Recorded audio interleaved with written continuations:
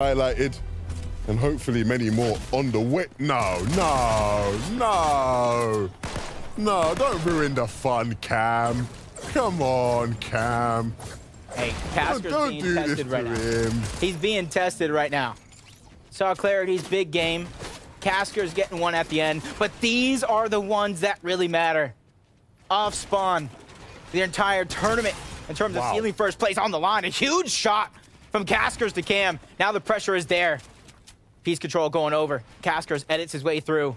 Not a ton of resources for Cam to work with. You got to imagine Clarity has not been cleaned up just yet. This is the chance for Caskers to go down and try to get the res, but I think he's forced to separate. Cam, this is his chance to try to look for that down body, get the siphon, get the refresh, and plenty to work with.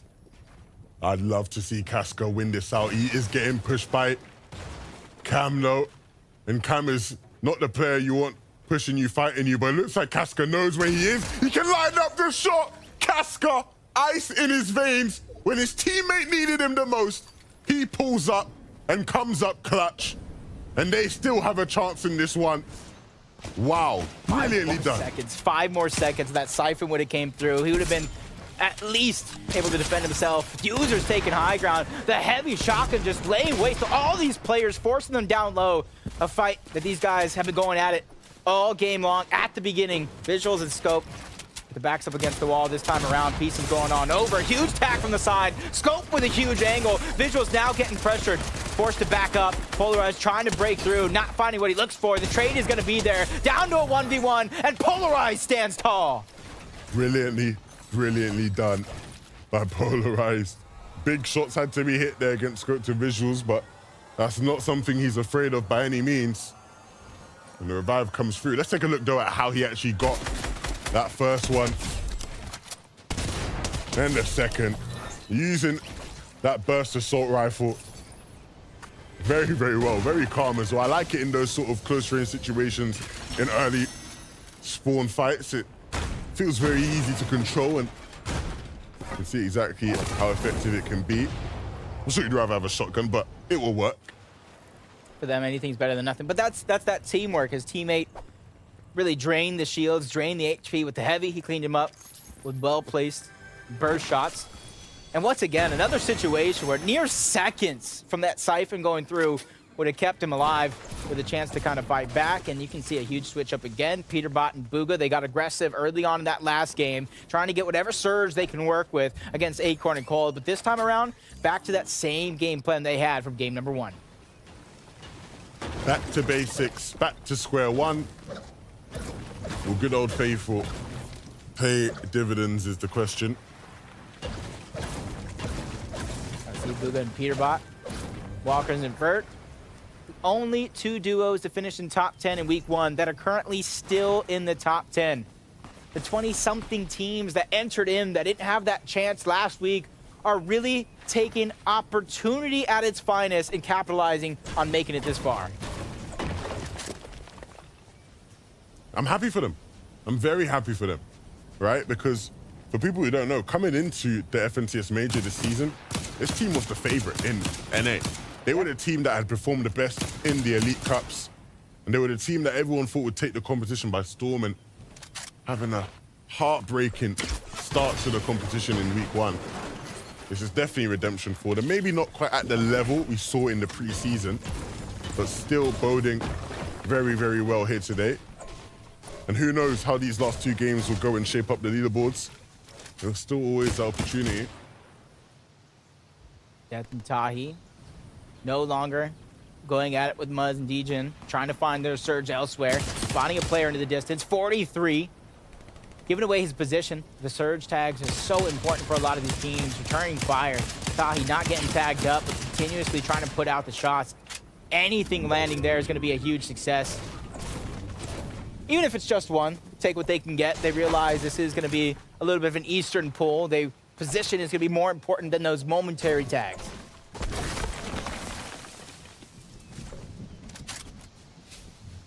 They continue to look on, and this is some of the action we've seen go down very early on. Mega trying to get into the box, making it look easy. Gets a trade on one, and Justice is there to save the day. A little bit of bait and switch coming out. Nicely done. Of course, we saw this team deep in last game, doing a great job of just staying alive in really tricky situations, right? And that's what you want to see from teams in those moments, right? When the going gets tough, not just falling over, rolling over, making yourself hard to beat. Uh-oh. Violent M-Pen in the feed go down, which is unfortunate for a team who obviously was very impressive only a couple games ago. Walker, second place. This is worst case scenario in terms of Vert going down, other teams rotating in. If they spot you out as a solo, that could be the end of the run. And that could be the end of the opportunity to take over first place. So his survival here, nothing flashy at all, just hiding, could be instrumental as they continue on the rest of this game. One of the aggressive teams that we see trying to make up for lost time, Revised and Reciprocal, quickly take down Trashy, and that's a huge elimination for one of our top competitors. Yeah, we saw Revised and Reciprocal last game. Their intentions to be a high ground team just didn't quite materialize. They got chopped out. But I'm sure they'll try and run it back this game, and they definitely have the best setup to do so in terms of what they're working with by the way of hammers and shields. Max out on materials as well. If they can just play this game the way they typically do, there's a good chance we'll see them again trying to play for height later down the line. Rihan and Desi making one of the most exciting plays in quite a long time with the Shockwave Hammer, showing a various usage of it. Since then, leaving a lot on the table in terms of their placement, in terms of how they've been performing. With the last two games, it's their chance to really make up for it. As time 1x, you see them get the 2 eliminations. Chaos Gaming trying to reunite, hold the cover, so that way they can try to get their shields back up. You see, right now they're in a situation to where 132 points, 5th game. If they have that same type of performance where Chaos Gaming had just a few days ago, they can instantly shoot up to the top of the leaderboard, because you already see them in with the eliminations, 23 so far, some of the most eliminations in the game. And I'm sure Chaos is plotting his revenge after Clarity completely stole his thunder, stole his shine by breaking the record he literally had just set a game ago. Imagine finding out you break one of like the craziest records in like your region. It's like next game, one guy just comes through like, ah, nah, it's mine now. You didn't even get a chance to tell your parents yet. Didn't even get a chance to tell anybody other than his duo how happy he was. Not in Agers. And honestly, this is something I wouldn't say anybody would really expect out of them, but looking at the performance throughout the last 2 days, clutching up to even get this shot here in the finals. I expected that opportunity not to go down the way this has been so far, but there's one of those few teams, Kanata, Agers, they can get aggressive, they can pop off at a moment's notice. They just have to kind of find themselves comfortable enough, separated from the rest of the lobby, where they can take a fight against just one other team. Okay. And looking at the big men here, well, I say big man as Clarity G is down. So right now we're again relying on Casca to come with the goods in this game. You can kind of see where the zone is. They're going all the way around. They still got more traveling to do, but for Caskers and Clarity, this is a good opportunity with those early game eliminations to really get themselves back into this game, get that second chance at life, especially as the zone continues to pull north. It is going to be the slower side of zone, in theory, at the very minimum. Yeah, and a boat rotation isn't bad. If you know me, you know I'm a big fan of them. So I'll definitely stand. Hopefully you can both get back in the game, though. Of course, we want to see some more Clarity magic. Brutal Bastion, North Pool, static launch pads. This is going to be a great place for a lot of these teams to kind of move through, not only get their Storm Surge, but get the rotation as well. Aiden and Hound, 78 points. They realize elimination is going to be a must, and a huge find on a pump, taking him down. We saw Trashy get eliminated early on, so that duo is back to the lobby. Back to the lobby they go. The game is far from over for this duo. Aiden and Hound We've seen their trials and tribulations throughout today. A long journey to get to the safe zone, but one that will be aided, of course, by our good friend, the Shockwave Hammer. It's almost a must-have in everybody's inventory, whether you're solo or not. Cold and Acorn. You can see the Falcon Scout. A huge switch up from a lot of these players usually carry. Probably trying to scout the information, scout anything that they can, but with all this action going down, Jenny, our eye in the sky, what do you have? Yeah, so as we can see, last game, Clarity was crazy with that mythic pistol. We see here, Chaos got his hands on one, and it's going to be amazing to see what he's going to be able to do with it and what he's capable of. You know what he's capable of, 11 eliminations. He's not liking that it was short-lived. That record that he set for just a quick game, he's trying to replicate that here. And having the Shockwave Hammer that early in the game is a huge item, a huge ingredient for that recipe of success. I love how Chaos was like, you know what, Clarity? Watch what I can do, yeah? hold my mini shield. Watch what I can do. Then I get a mythical pistol. And this is a situation right here, Levin, I didn't expect to see, but then again, it is Fortnite. They like to throw so many things at us. 335 below the damage threshold for Walker and Vert. This is one of our most aggressive teams on the week up until this point. Sitting high on the leaderboards. And you can see the aerialist augment to try to go ahead and get there as fast as possible in the zone. They have to start looking for that surge. They don't want to be on the receiving end of that damage coming in.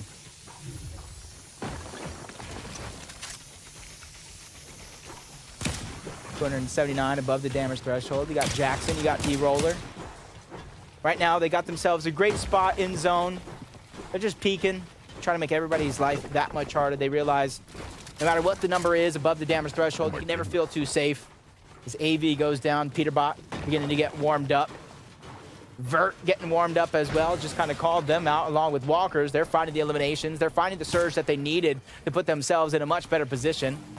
Tahi lost Death early on in this game, but luckily for them, they found some damage before that one came to fruition, so Tahi at least has something to work with. And then the Shockwave Hammer. As a solo, having the Shockwave Hammer is huge, being able to bounce around, getting in and out of the boxes, in and out of dodge, and you can kind of see aftermath of this one. Vert probably saving the day, getting the elimination. 80 above the damage threshold, which is a huge turnaround, a big 180 from the position they were at just moments ago. And luckily enough, you guys are wondering, how did they get in this position? Well, we got a replay for you with Walker's already going down. A huge Excalibur shot going to be fired off by Vert to really save the day. Danger Hero Augment really playing a role for him to reunite with his teammate. And that's how you really turn the game around.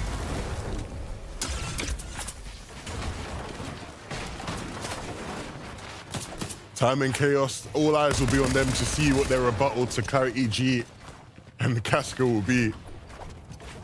Of course, they are still fighting in this lobby. This is one of the teams who, again, desperately needs a large amount of series points from today's competition if they want to be competing in the grand finals, or at least make it to Surge Week.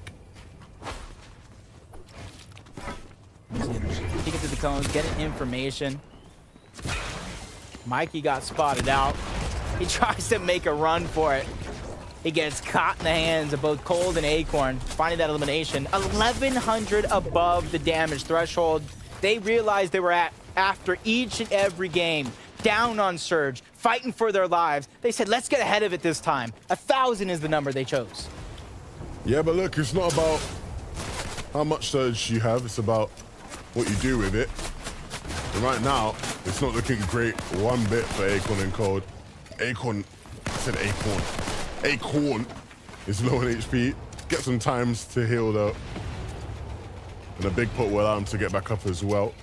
So the game's not completely lost, but again, for all their surge, they're not having the easiest of times moving through this lobby. I like that Falcon scout on him though. Cold probably getting all the information of every duo, every team that is nearby. BUGHA and Peterbot finally finding some sort of comfortability. One of the first times we're seeing them at tower built to the sky, just getting surge all around. With one elimination onto Peterbot, not too much to worry about as BUGHA taking some tags, finding a position here to stabilize. Shield keg on him, though. Not too much to worry about before they get up into tip-top shape. But it's also going to allow them to continue to trade shots on every team below. Yeah, and you'll love to see them maybe start to get a bit more aggressive in the way they peak. They don't need to, which is the funny thing, right? But with all these players deep in the storm, looking to run their way on in, there will be opportunities there. That guy, that's age as well. I was going to say, whoever that guy is, he is not having a nice time, like at all. And turns out it happens to be Aegis who will fall. Canada, I'm sure, will not be the happiest boy in the lobby right now. Just a switch up of mindset for him, along with Casker as well. Both Kanata and Caskers are just a solo, living in a duo's world. 38 above the damage threshold as a solo. No hammer in his inventory. A little bit of a scary sight, but we've seen what both of these players can do, or at least Caskers with his back up against the wall. Mega and Justice, shockwave hammers from below, trying to rebuild their base, trying to restabilize themselves in this position. But at least they know, at least Costa and Zeus is down there. It's not going to be surprised if they try that again. Have to be careful about how they move with those guys beneath. They're going to be constantly aware of it, though, constantly alert of the possibility. And the possibility comes, and it's a great thing that Mega had his flaws held out, because it just allows them to deal with this situation so easily. A hammer will be available for them, and some mats as well to add to it. And now they're even looking to see if they can pick up Zeus, because they know he's going to be in dire straits.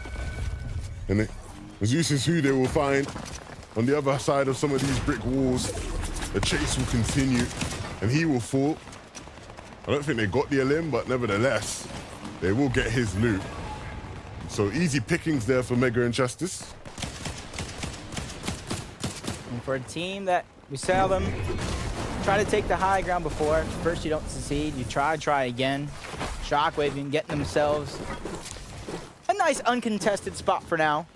There's a couple more teams still got to rotate in from Brutal Bastion. The choice is definitely there. Shockwave hammer, static launch pad, depending on what they see fit.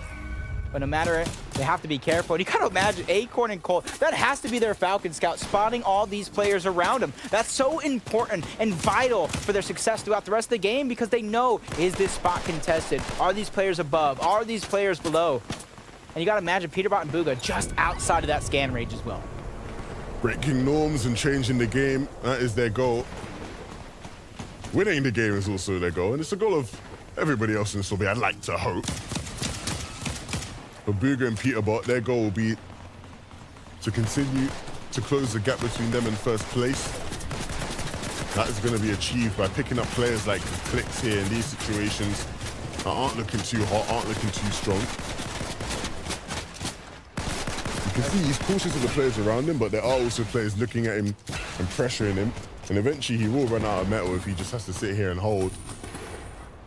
Yeah, Skizzy and Cyrus, players on the other side, trying to put in that damage. Desi and Rehan trying to take the walls, backing Clicks back, trying to take the piece control, which is important. They're going to get one. Clicks taking damage from the other side. He's going to go down altogether. Struggles continue, but for Rehan and Desi, that huge miracle find. They needed that refresh. They needed the resources. Everything that they found here is crucial for their success. Incredibly important. Oh my goodness. We talked about how it wasn't looking good for Casca. Now he's got a max distance zone, and he's the sole person launch padding. It is not looking good, Brev. Yeah. Very fortunate that the terrain here will allow for some cover, but in almost any other part of the map there, he is right back in the lobby. Still alive in this one, though. Alive and kicking. He has some mats to spare, so that should keep him going for just one more zone, you'd think, but eventually you would expect him to tumble. If he hits the big shots, though, which we know he can, then who knows the possibilities, but definitely not expecting too much out of our boy Clarity there. I am expecting a lot out of Reciprocal and Revised, though, Jacob, because this is a team that has now, on many occasions, tried to play for height, hasn't quite got it right, but here, in Game 5, it doesn't seem like there'll be a better opportunity for them. And this could be the one, especially due to the different terrains that we're about to see. Up elevation, down. The recycled builds, shockwave hammers. You see the Falcon Scout really still playing a role. Switching that one on over to Acorn, the mastermind, the leader, gathering all this information, letting Cold know exactly where these players are at. And this is what they've been doing up until this point. Innovating, changing the game right before our very eyes. Along with BUGHA and Peterbot in their own way. Really taking over week to week, setting elimination records in these qualifiers. 1,700 above the damage threshold. And they're not stopping or slowing down anytime soon. They're seeing all these teams having to rotate past them. Shockwave hammer, using that as an opportunity to break through, take down some of the shields, but somehow, some way, Reciprocal and Revives get the high ground taken away by Braids and Moo. Braids and Moo. Who would have thought we'd see them here? After all the battles against Yomzo and Rise of Spawn, it never really seemed to materialize into anything brilliant. This is far from that though, from Canada picking up one. And you know he doesn't have ages with him. But you might not need him. If that refresh can come in, if that siphon can come in, that will keep him ticking in this one, breaking through old builds. And just trying to stay alive, trying to stay out of sight, out of mind. But it won't happen. Yaz will clean him up. Tahi in a very similar situation. Reciprocal and Reviso. They will reclaim height. Can they keep a hold of it though? It's been the ever-going question throughout all of the games we've seen them in. And a chance to push those guys even further down. Yeah, not again is what they say as they just push them off. BUGHA and Peterbot getting ready, just trying to knock this next player down. But a huge tag from Rehan, making Peterbot regret peeking at that time as Acorn and Cold, they're trying to break into a box of their own. They know Desi's already down. Rehan trying to get out with a shockwave hammer, leaving his teammate back and behind, but that's something you got to do. Sometimes you have to keep going as a solo if you're trying to make things happen and move up that leaderboard. See Yaz now, aerialist, gonna allow him to just sort of glide through builds and drop down. Isn't working with much, and so just being able to stay hidden in a corner might not be too bad of an idea. Peterbot though, he's not that kind of guy. He wants to be loud, make noise, take names, justice. He doesn't have Mega with him either. And now he's being hunted down, chased down. No augment's gonna keep him in this one. The Acorn and Cold are just relentless right now. That was a huge find at the perfect time for Acorn and Cold as they continue to stay above the curve, front side of zone. Anything is better than nothing, as Reciprocal and Revive's gonna be one of the last teams standing, but they don't have the builds to hold on to it. They got a shockwave down to the front side of zone. They do just that. Revive's with the pressure, making sure Reciprocal could do so with safety. That feeling is huge. As you see the battle going down, Acorn under siege. He's gonna get dropped. It's all up to Cold. 1v2 situation. He's able to drop down one. Danger hero able to get another one. Cold trying to put the world on his shoulders. Gets shockwave to the outside of zone. Back in he goes. Back to the scene of the crime to finish what he started, but he goes down. Broken. Oh, dearie me, Cold almost picked it up. Revising Reciprocal though, they're gonna keep going crazy in this one. They have a chance, but maybe their chance will be limited. Assure is the one moving upwards. Peterbot now in this game. I said I wanted to see them come out and win a game at some point, and this might just be the one. They've come up at the perfect time. I don't know where it's come from, but every single time, Jacob, they seem to be here, and this is their moment. Jackson and D-Roller down below, not working with much. A big shot needed, but there are players there to be found. Chimp and Spade might walk into their trap if they're not careful, or with what they're working with. A couple big shots, and maybe this game flips its head. A big opportunity there. Player 5 Slam will walk right into their sights. And just when you thought this game was hard enough, in comes the final boss with high ground. 8 eliminations so far. Looking down low, seeing everybody get pressured. Peterbot's gonna be the hunter, the guy ready to seal the deal. Down goes Spade, down goes D-Roller. 2v2 for the end of this game, and down goes Chimp as well. Peterbot and BUGHA rise to the occasion and take the game.